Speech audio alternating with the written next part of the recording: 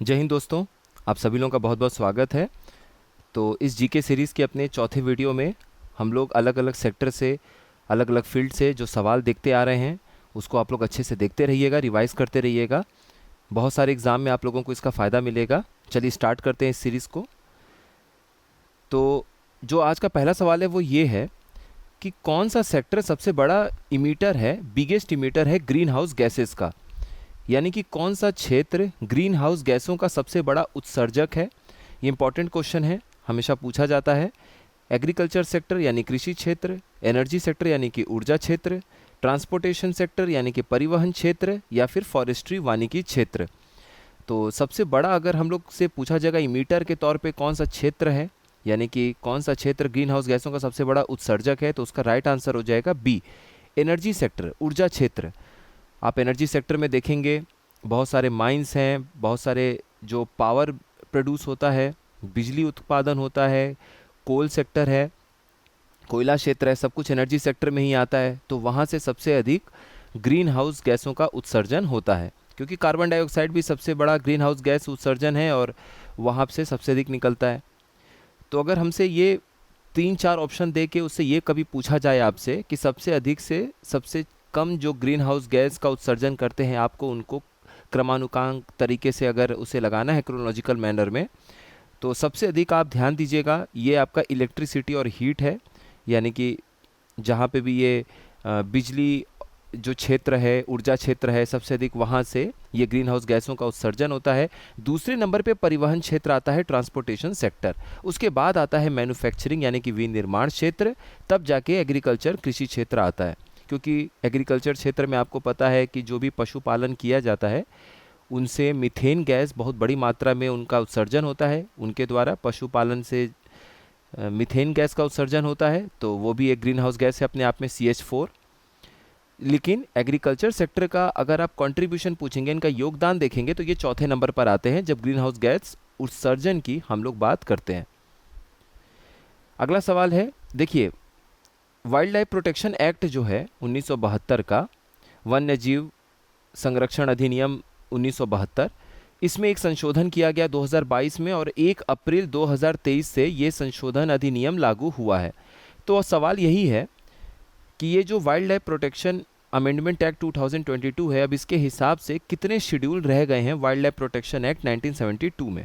यानी कि वन्य जीव संरक्षण संशोधन अधिनियम 2022 के कारण वन्य जीव संरक्षण अधिनियम 1972 में अब कितनी अनुसूचियां शेष हैं, यही आपको बताना है। ये अनुसूचियों में लिखा होता है कि कौन कौन से पौधे, कौन कौन से जानवरों को किस प्रकार का और कितना संरक्षण आप प्रदान करते हैं।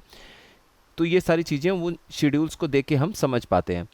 तो पहले जो था इस वाइल्ड लाइफ प्रोटेक्शन एक्ट 1972 के हिसाब से 6 शेड्यूल थी, यानी कि 6 अनुसूचियाँ मौजूद थी, और अब वो घटकर कितनी हो चुकी हैं, 4।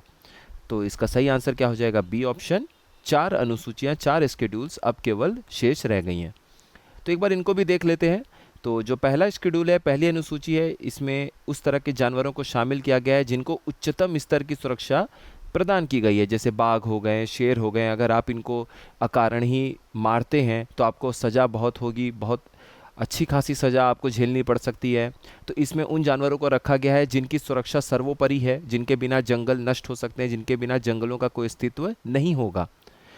दूसरे नंबर पे उन जानवरों को रखा गया है, उन जानवरों को शामिल किया गया है जिनको शेड्यूल 1 यानी कि अनुसूची प्रथम जो अनुसूची है, उन जानवरों से थोड़ी सी कम सुरक्षा की आवश्यकता है, तो वैसे जानवरों को दूसरी अनुसूची में शामिल किया गया है। उसके बाद कुछ पौधे भी हैं, सिर्फ जीव जंतु पे ही हमारा ध्यान नहीं है, बल्कि जो पौधे हैं उनके भी संरक्षण की आवश्यकता है, तो वैसे पौधों को हमने संरक्षण प्रदान किया है 3rd शेड्यूल यानी कि तीसरी अनुसूची में। उसके बाद जब हम 4th शेड्यूल देखते हैं, आखिरी अनुसूची को देखते हैं, तो इसमें वो प्रजातियां शामिल हैं जो जिन्हें वन्य जीवों और वनस्पतियों की लुप्तप्राय प्रजातियों में अंतर्राष्ट्रीय व्यापार पर कन्वेंशन के तहत संरक्षण की आवश्यकता है। देखिए जो ये साइट्स है, ये कन्वेंशन है international trade in endangered species of wild fauna and flora. ये बोलता है कि कुछ ऐसे जीव जंतु हैं, पौधे हैं जिनके संरक्षण की बहुत ज़्यादा आवश्यकता है। अगर आप इनका व्यापार करते भी हैं तो आपको नियम के हिसाब से व्यापार करना पड़ेगा और इस तरीके से करना होगा कि इनके अस्तित्व पे किसी तरह का कोई संकट ना मंडराए। तो इस तरह के जो जीव जंतु हैं जो किसी भी अनुसूची में अपनी जगह नहीं पाते हैं, जीव जंतु पौधे सभी को जोड़ लीजिए, तो उनको 4th शेड्यूल चौथी अनुसूची में शामिल कर लिया जाता है। अगला सवाल है, महात्मा गांधी जी ने कितने डिमांड्स अपने लेटर में रखे थे लॉर्ड इरविन के सामने, जो बाद में अग्री हुए, जिन पे लॉर्ड इरविन जो है वो अग्री करते हैं, और बाद में गांधी और इरविन के पैक्ट, दोनों लोगों के बीच में एक समझौता होता है जिसे हम गांधी इरविन पैक्ट के नाम से जानते हैं। तो सविनय अवज्ञा आंदोलन आप जब पढ़े होंगे, सिविल डिसोबीडियंस मूवमेंट, तो जब वो ख़त्म होता है 1931 में, पहली बार जब ख़त्म होता है, उस आंदोलन को रोका जाता है, तब एक संधि साइन होती है, एक अग्रीमेंट साइन होता है, एक संधि होता है महात्मा गांधी जी और इरविन के बीच में, जो उस समय गवर्नर जनरल थे। उसे हम दिल्ली समझौता, दिल्ली पैक्ट भी बोलते हैं, और ये समझौता 5 मार्च 1931 को हुआ था। तो सवाल यही है कि महात्मा गांधी ने लॉर्ड इरविन को लिखे अपने पत्र में कितनी मांगे की थी, जिनमें से कुछ मान ली गई थी और गांधी इरविन संधि के रूप में उसे हम आज जानते हैं। तो महात्मा गांधी जी ने अपने पत्र में कुल 11 अलग अलग मांगों को सामने रखा था इरविन के सामने, और जो जो इम्पोर्टेंट है उसको एक बार हम लोग देख लेते हैं।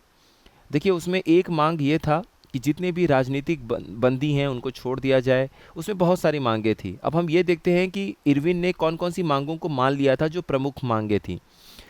इरविन ने ये कहा कि वो ज़मीनें जो हमने लोगों से ले ली है, ठीक है, लेकिन उसे किसी तीसरी पार्टी को नहीं बेचा है, किसी अन्य व्यक्ति को नहीं बेचा है, वो हम आपको वापस कर देंगे। दूसरा, उन्होंने बोला आप नमक बनाना चाहते हैं, बेशक नमक बनाइए, लेकिन उसको आप बेचेंगे नहीं। वो नमक आप बनाएंगे तो सिर्फ खाने के हिसाब से बनाएंगे, अपने इस्तेमाल के लिए बनाएंगे उसको। आप ये नहीं है कि नमक बना के और दुकान लगा के बेचना शुरू कर दिए, उसके लिए हम आपको परमिशन नहीं दे सकते, माफ़ करिएगा। ये सब चीज़ें थी। उसके बाद उन्होंने कहा कि अगर आप पिकेटिंग करना चाहते हैं, जैसे बहुत सारे दुकानें थीं, ख़ास तौर पे महिलाओं ने बढ़ चढ़ कर भाग लिया था सविनय अवज्ञा आंदोलन में, और वो चाहती थीं कि जो शराब की दुकानें हैं उनका घेराव किया जाए, वहाँ पर लोगों को जाने से रोका जाए, क्योंकि शराब वगैरह से बहुत सारे घर भी हिंसा में चले जाते थे, घर का माहौल ख़राब होता था। तो वो प्रयासरत थी और बहुत सारे लोगों ने प्रयास किया। तो उन्होंने बोला, अंग्रेज़ों ने, इरविन ने बोला ठीक है, अगर आप घेराव करना चाहते हैं तो शांतिपूर्वक घेराव कीजिए, हिंसा नहीं होनी चाहिए। 2 मांगें ऐसी थी। इसके अलावा उन्होंने एक और मांग पूरी की, प्रमुख मांग, वो ये थी कि जो राजनीतिक बंदी हैं, पॉलिटिकल प्रिजनर्स हैं, जिन पर किसी भी तरह का हिंसा का आरोप नहीं है, उन राजनीतिक बंदियों को, कैदियों को हम लोग आपको वापस भेज देंगे, बाहर छोड़ देंगे। 2 प्रमुख मांगें जो उन्होंने नहीं मानी गांधी जी की, एक तो उसमें भगत सिंह के रूप में था, भगत सिंह और चंद्रशेखर, और उसके बाद ये राजगुरु और ये लोग जितने भी थे, इन लोगों को उन्होंने बोला कि ये लोग हिंसा के आरोपी हैं, इनके ऊपर मर्डर चार्ज है, इसलिए आपकी जो डिमांड है, महात्मा गांधी जी का उसमें ये रिक्वेस्ट था इरविन के सामने कि इनको जो आपने मौत की सज़ा सुनाई है, इसे आजीवन कारावास में आप परिवर्तित कर दीजिए, जिसे इरविन ने खारिज कर दिया था।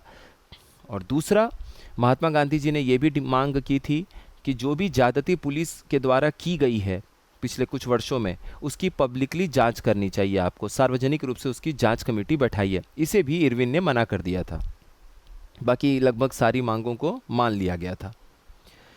तो यही सब चीज़ें हैं। और जो संधि थी, जो अग्रीमेंट साइन होता है महात्मा गांधी और इरविन के बीच में, वो 5 मार्च 1931 में होता है, जिसे हम Gandhi Irwin pact, Gandhi Irwin समझौते के नाम से जानते हैं। और कुल मिला के यही चीज़ है, इस पे आपको ध्यान देना है। इसके बाद क्या होता है कि जो सिविल डिसोबीडियंस मूवमेंट है वो ब्रिटिश रूल के खिलाफ बंद हो जाता है। और ये जो सॉल्ट सत्याग्रह आप जानते हैं, ये स्टार्ट हुआ था मार्च में, 12 मार्च से शुरुआत होता है इसका, ठीक है। 12 मार्च को साबरमती आश्रम से 78 लोग चलना शुरू करते हैं महात्मा गांधी जी के साथ में, सॉल्ट सत्याग्रह जिसे हम बोलते हैं। और 6 अप्रैल 1930 में ये उसके बाद बंद होता है। उसके बाद ये यात्रा पूरी होती है और इसे हम सॉल्ट मार्च के नाम से भी जानते हैं। अब आप ये बताइए कि 6 अप्रैल 1930 में कौन से तट पे, दांडी के कोस्ट पे, कौन से तट पे जाकर नमक उठाया था, गांधी जी ने बनाया था, और इस तरीके से सविनय अवज्ञा आंदोलन की शुरुआत हुई थी, सिविल डिसोबीडियंस मूवमेंट की, क्योंकि उसमें कानून तोड़ना था। नमक बनाना सिर्फ अंग्रेज़ों का अधिकार था, तो उन्होंने नमक बनाया और एक तरीके से ये बताया कि हम आपका इस कानून को तोड़ते हैं और उसके बाद बहुत सारे लोगों ने फिर नमक उठा के नमक बनाना शुरू किया। तो आपको ये बताना है कि कौन से समुद्र तट पे जाके उन्होंने ये नमक बनाना शुरू किया था। जो लेटेस्ट ह्यूमन डेवलपमेंट इंडेक्स है वो 2024 मार्च 2024 में उसको पब्लिश किया गया था, और ये रैंक इसमें बताई गई है सन 2022 के हिसाब से अलग अलग देशों की। तो 193 देशों में भारत की क्या रैंक आई है आपको यही बताना है। यानी मार्च 2024 में प्रकाशित नवीनतम मानव विकास सूचकांक में 193 देशों में से वर्ष 2022 में भारत का कौन सा स्थान था आपको ये बताना है। 91, 121, 134 या फिर 141। तो इसका राइट आंसर हो जाएगा सी, भारत का 134वां स्थान था मानव विकास सूचकांक के नवीनतम रिपोर्ट के हिसाब से, और ये वर्ष 2022 के हिसाब से निकाला गया है, क्योंकि इतने देशों का आंकड़ा निकालना होता है तो 1-2 साल ये लोग टाइम लेते हैं प्रकाशित करने में। और अगर आप इसमें ध्यान से देखेंगे तो एचडीआई वैल्यू भी पूछा जाता है, तो भारत का वो 0.644 था, यानी भारत का जो एचडीआई मूल्य था वो 0.644 था, जो इसे मध्यम मानव विकास श्रेणी में रखता है। यानी कि हमारा जो ह्यूमन डेवलपमेंट कैटेगरी था वो मीडियम ह्यूमन डेवलपमेंट कैटेगरी था। अगला भी सवाल इसी से जुड़ा हुआ है। जो अभी हम लोगों ने मानव विकास सूचकांक देखा, ह्यूमन डेवलपमेंट इंडेक्स, उसके हिसाब से भारत की तो रैंक 134वीं थी। आपको ये बताना है कि किस देश ने इस सूचकांक में टॉप किया था, प्रथम या फिर शीर्ष स्थान पर कौन सा देश था, नॉर्वे, स्वीडन, फिनलैंड या फिर स्विट्ज़रलैंड। तो इस बार ये बाजी मारी स्विट्ज़रलैंड ने। तो स्विट्ज़रलैंड जो बिल्कुल नवीनतम मानव विकास सूचकांक है उसमें प्रथम स्थान पर था। स्विट्ज़रलैंड ने ये टॉप किया था। कुछ और भी अन्य देश हैं जो कि टॉप 10 में थे, टॉप 12 में थे। आप इनको बस एक बार पीडीएफ से पढ़ लीजिएगा। कभी कभी वो पूछ लेते हैं कि कौन सा देश टॉप 10 में शामिल नहीं है, इस तरह के पीसीएस या आरओ में सवाल पूछ लिया जाता है। अन्य किसी भी जगह पे अगर आपको इतना भी पता है कि किसने टॉप किया और भारत की क्या रैंक थी तो आपका काम हो जाएगा। कौन से सेशन में इंडियन नेशनल कांग्रेस के बदरुद्दीन तैयब जी पहले मुस्लिम प्रेसिडेंट बने थे? बदरुद्दीन तैयब जी किस अधिवेशन में भारतीय राष्ट्रीय कांग्रेस के प्रथम मुस्लिम अध्यक्ष बने थे, ये आपको बताना है। पहले, दूसरे, तीसरे या फिर चौथे। तो इसका राइट आंसर क्या हो जाएगा? सी, तीसरा सेशन जो 1887 में हुआ था इंडियन नेशनल कांग्रेस का, ये मद्रास में हुआ था। इसी में बदरुद्दीन तैयब जी को अध्यक्ष बनाया गया था उस सेशन का, और ये जो अध्यक्ष बने थे ऐसा पहले मुस्लिम प्रेसिडेंट थे, ये पहले मुस्लिम थे जो अध्यक्ष बने थे भारतीय राष्ट्रीय कांग्रेस के। अभी इम्पॉर्टेंट इसलिए इनके बारे में जाना क्योंकि इन्होंने बहुत सारे फर्स्ट के रिकॉर्ड बनाए हैं। ये पहले भारतीय थे जो हाई कोर्ट में, बॉम्बे हाई कोर्ट में बैरिस्टर के तौर पे, वकील के तौर पे प्रैक्टिस करना इन्होंने शुरू किया। तो बॉम्बे हाई कोर्ट में इनसे पहले कोई भी भारतीय वहाँ पे एडवोकेट बन के जाना शुरू नहीं किया था। उन्होंने प्रैक्टिस किया, तो पहले भारतीय थे जो एडवोकेट बन के वहाँ पे प्रैक्टिस करना शुरू करते हैं। और सिर्फ यही नहीं, वो पहले भारतीय भी थे जो बॉम्बे हाई कोर्ट के जज बनते हैं, और पहले भारतीय ही थे जो बॉम्बे हाई कोर्ट के मुख्य न्यायाधीश बनते हैं। ये अपने आप में बहुत ही प्रेस्टिजियस, बहुत ही प्रतिष्ठित पद है, आज भी है किसी भी हाई कोर्ट का चीफ जस्टिस बनना। और उस समय ये पहले भारतीय थे जो बॉम्बे हाई कोर्ट के मुख्य न्यायाधीश बने थे। और जो तीसरा सेशन हुआ था भारतीय राष्ट्रीय कांग्रेस का मद्रास में 1887 में, उसमें बदरुद्दीन तैयब जी पहले मुस्लिम प्रेसिडेंट बने थे। जो 12वां वर्ल्ड हिंदी कॉन्फ्रेंस था जिसे 15 से 17 फरवरी 2023 पिछले साल आयोजित किया गया था, ये बिल्कुल नवीनतम है और सबसे आखिरी भी है। अभी जो अगला होगा वो 13वां होगा वर्ल्ड हिंदी कॉन्फ्रेंस। अभी उसका जगह डिसाइड नहीं हुआ है, तो आपको यही बताना है कि ये जो आखिरी और सबसे नवीनतम 12वां वर्ल्ड हिंदी कॉन्फ्रेंस हुआ था ये कहाँ पर हुआ था। यानी अंतिम एवं नवीनतम 12वां विश्व हिंदी सम्मेलन 15 से 17 फरवरी 2023 तक कहाँ आयोजित किया गया था। तो इसका राइट आंसर हो जाएगा फिजी में हुआ था। ओशियानिया कंट्रीज़ को जब हम लोग देखेंगे मैप में तो वहाँ पर आपको ये चीज़ें बहुत क्लियर हो जाएंगी। वहीं पे आपको ये सारे देश मिलेंगे, नाउरू, टोंगा, किरिबाती, सब वहीं पे आइलैंड देश हैं।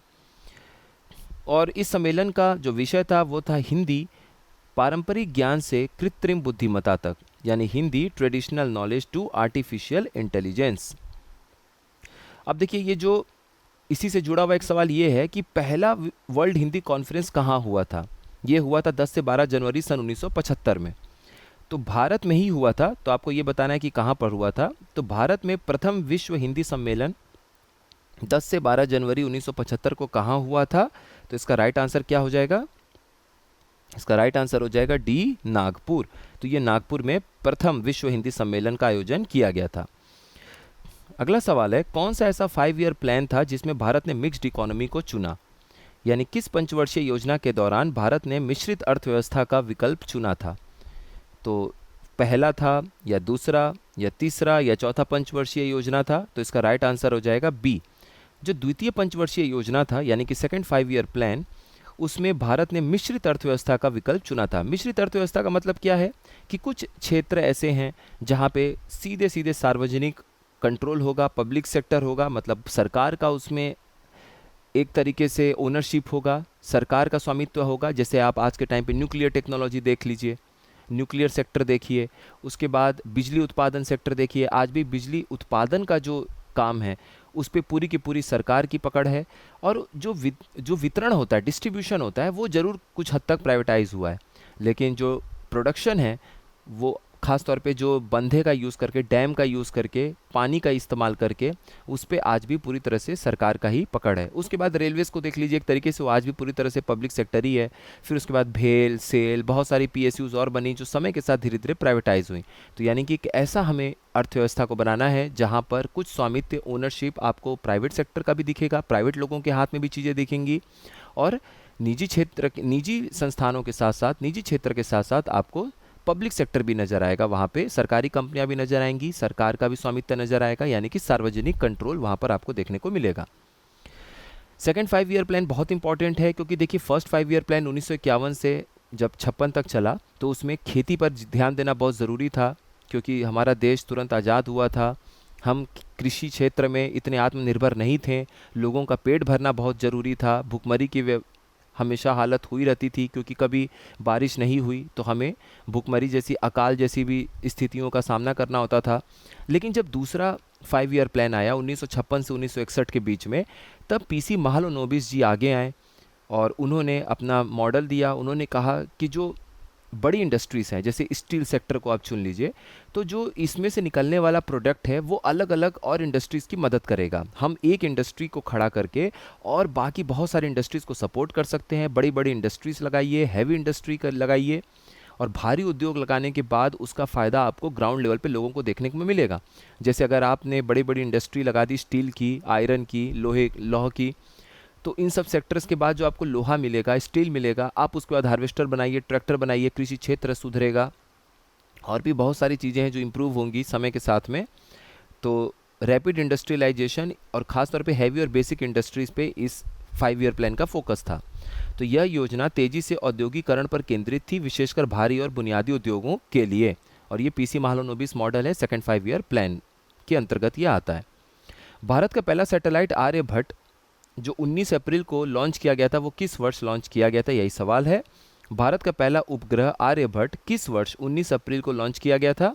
तो ये वर्ष था 1975। तो 19 अप्रैल 1975 को ये आर्यभट्ट जो भारत का पहला सैटेलाइट है, इसे लॉन्च किया गया था। और देखिए लॉन्च किसने किया था? सोवियत यूनियन का कॉस्मोस 3M रॉकेट था, जो कि कपुस्टिन यार एक जगह है, सोवियत का रॉकेट लॉन्च साइट है, वहाँ से इसको किया गया था। इतना आपको नहीं भी याद है तो कॉस्मोस 3M रॉकेट से इसको छोड़ा गया था, इतना भी आप याद रख लेते हैं तो काफ़ी है। तो यहाँ तक अपना क्वेश्चन आज कंप्लीट होता है। आप लोग अच्छे से पढ़ते रहिए। मिलते हैं नेक्स्ट इन्फॉर्मेटिव वीडियो में। आप सभी लोगों का बहुत बहुत धन्यवाद।